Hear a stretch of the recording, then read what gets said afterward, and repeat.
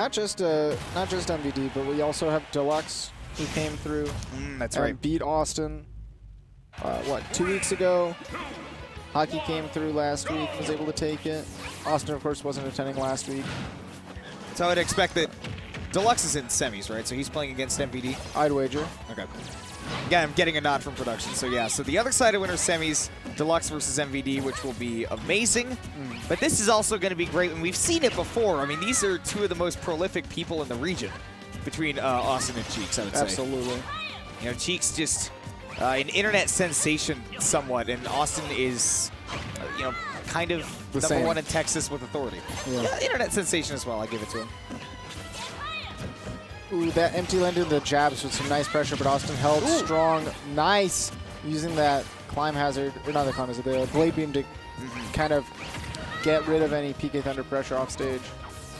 Cheeks, it looks like Cheeks, after having played Awestin so many times, knows exactly what moves to respect on whiff and on shield. He's like, look, that forward air, I know I should feel like it, but oftentimes I'm not going to get the chance to punish it, especially if I'm in shield. That back air is a big punish on the whipped ledge grab. That's not something that we normally see Cheeks mess up. He's normally very, very schwizzy with the recoveries. Can you use that in a sentence? No, I just did. He's very schwizzy with the recovery. Can you give me the etymology? The etymology is that it's smooth. You know how it be sometimes.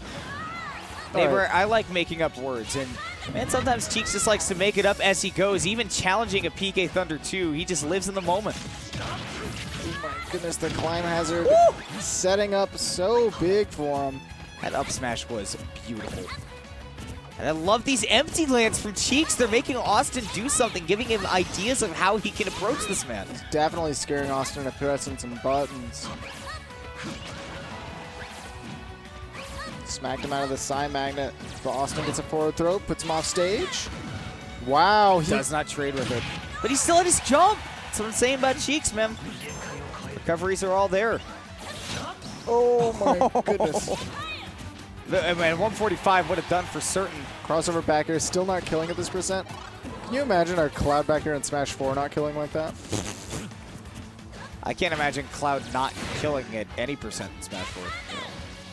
Ooh, wow, great fastfall there by Cheeks to get around that PK Thunder. That was incredible drift. I've never seen anybody maneuver around PK Thunder like that safely. And now Cheeks has the lead. Climb hazard, out of shield. Immediate quick option. The Cheeks uses it a lot. That climb hazard beating the cross up. That's going to be curtains. 1-1 on the stocks. Remember, this is a 2 out of 3 set, by the way. We're not in best of 5 territory yet. Yeah, that's terrifying, actually. You said it before, and I definitely agree. If this was only local DFW and like the inner city talent here, this could be slated for Grand Final. Best of 5 would change the landscape hugely. But because of that, you know, I feel like these are two players that if they take that first game, they are really going to take that and run. First game is absolutely big. We're seeing very high percents. Reaching our percents. 80% on both. Awestin out stage. Early usage of the PK Thunder to recover.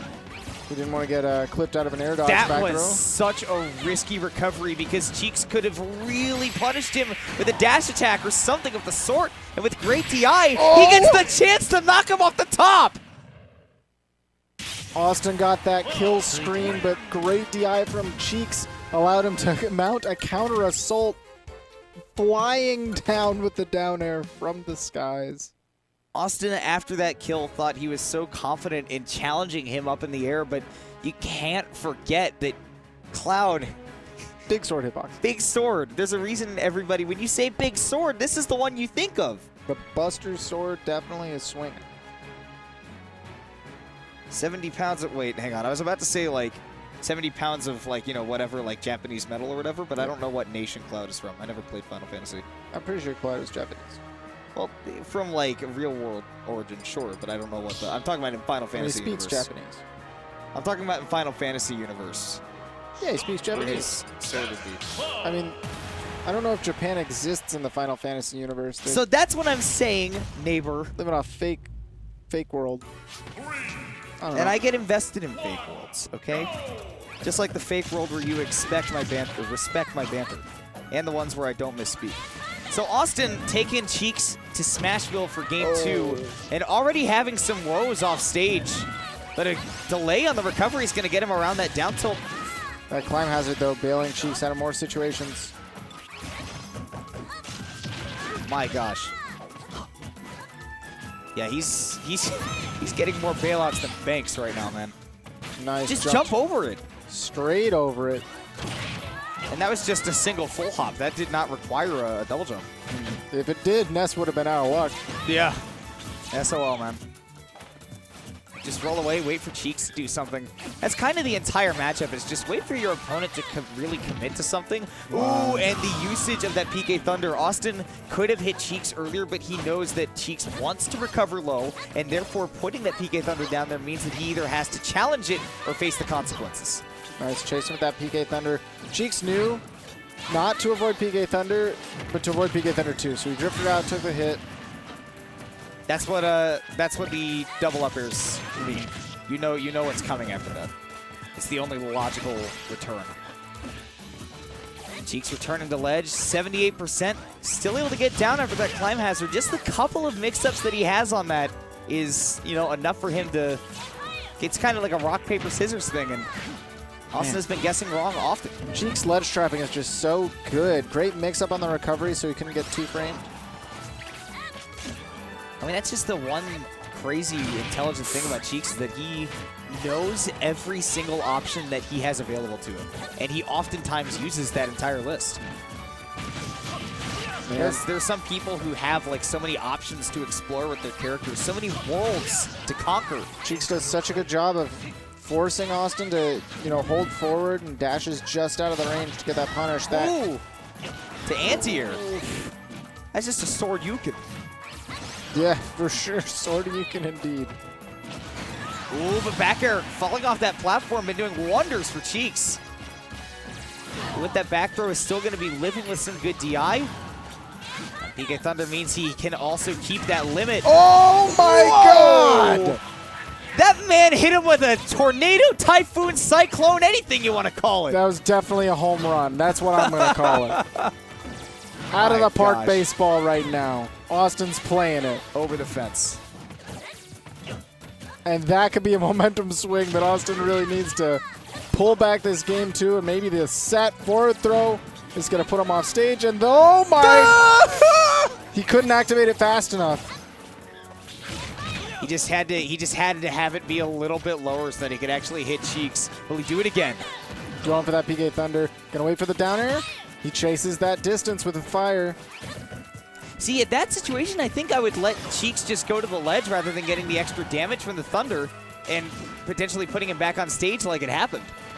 And just set up for those ledge traps where Awestin can, kind of make something happen. But landing with that up air is going to seal it out after some second stock insanity. The momentum shift after reflecting that blade beam was nuts. I don't know if y'all noticed, but in the player cam after Cheeks brought Awestin to last stock, he gave a little fist pump. He gave that Tiger Woods, I can do this. Yeah. And then that was a little bit more than a putt, let's be fair, though. He was really excited. And then Awestin kind of took all that away from him. Yeah. You can see the struggle. Both of these men are thinkers. Both of these men definitely take some time between games. You'll see stroking of the beards. You'll see some looking at the stage list. Deep thoughts, hand on the chin. This is where if we had somebody in the chat that was like making Giphies and stuff, I'd be like, can I please just get a slow zoom on the inquisitive face that Cheeks has between matches? Because you can see just how deep in thought he is. He's like, how do I keep that nonsense from happening again? Where did I go wrong? Going back to Smashville. Cheeks does not think the stage was a factor. And you know what? I would agree. I would account a lot of that game 2 to momentum, like you said, because Cheeks was in control for the first half. I would say even more than the first half. It was just like a game of basketball where it's just after the entire however many hours of play, the last 2 minutes were all that mattered. Yeah. pretty much any sport that has a clock, let's be honest. Wow. Oh, that's a big reset. Force him to burn that limit. Yeah, Awestin going for a really big commit there with not a whole lot of reward in the forecast. Nice spot dodge, avoids the fire. That drag down fair sets up for a grab. Cheeks off stage. Oh, wow, the time he took just to get that where he No wanted jump, it. he's done. Yep. Awestin knew that he still had the jump after the Thunder Juggle, so he went that really aggressive with the aerials. And that's something we praise Cheeks for a lot. He is constantly holding on to that jump, but if you just always have it, well, eventually somebody can get the read on it. Awestin gets caught up. Yeah, you don't even have the option to like air dodge up in that situation. The only thing you can do after bonking is mash that up B again. Just wasn't given the space to actually use it. That was a terrifying situation for Cheeks. But again, Cheeks has seen Awestin play enough that he knows priority number one is get away from the two. Okay, get up attack pushes him away. Wow, how is he already in position for climb hazard? That's crazy. Figures it out. Figures out how to save that jump every time. He's patient as it comes when he tries to recover. That's a beautiful up tilt to recover the retreat to the platform. No, honestly, I really still like this stage for Cloud because he can cover that middle platform so effectively. It's not as big as Yoshi's Island, so he can cover a lot. I'm not sure what I would suggest other than this. Like, I don't know if I would say that this is the problem. Yeah, no. Sure. Okay, down smash definitely sets up a ledge trap situation. Forward air continues pressure. Ooh. That air dodge was big punishable. Awestin has no options for landing and does opt for the Peak of Thunder. I thought he was going to air dodge. But with that back air, Cheeks is covering this ledge so well. I mean, that's why he's having so much success is all this ledge trapping. And we're at 1-1. Awestin thought the Blade Beam was coming again. Cheeks adapted, though, and he said, I'll swing at that bat. This time with the cross slash He has no jump. throw. He has no jump. He has his jump! When you get the throw, you reactivate the jump. Okay. I didn't want to... It's just the grab. Yeah. You grab release to force the... Okay. And at that point, Cheeks could just air dodge back to the stage. Yeah, it's not as potent as it was in 4. I just didn't I didn't want to cut you off Didn't of want to all ruin of the your moment. excitement.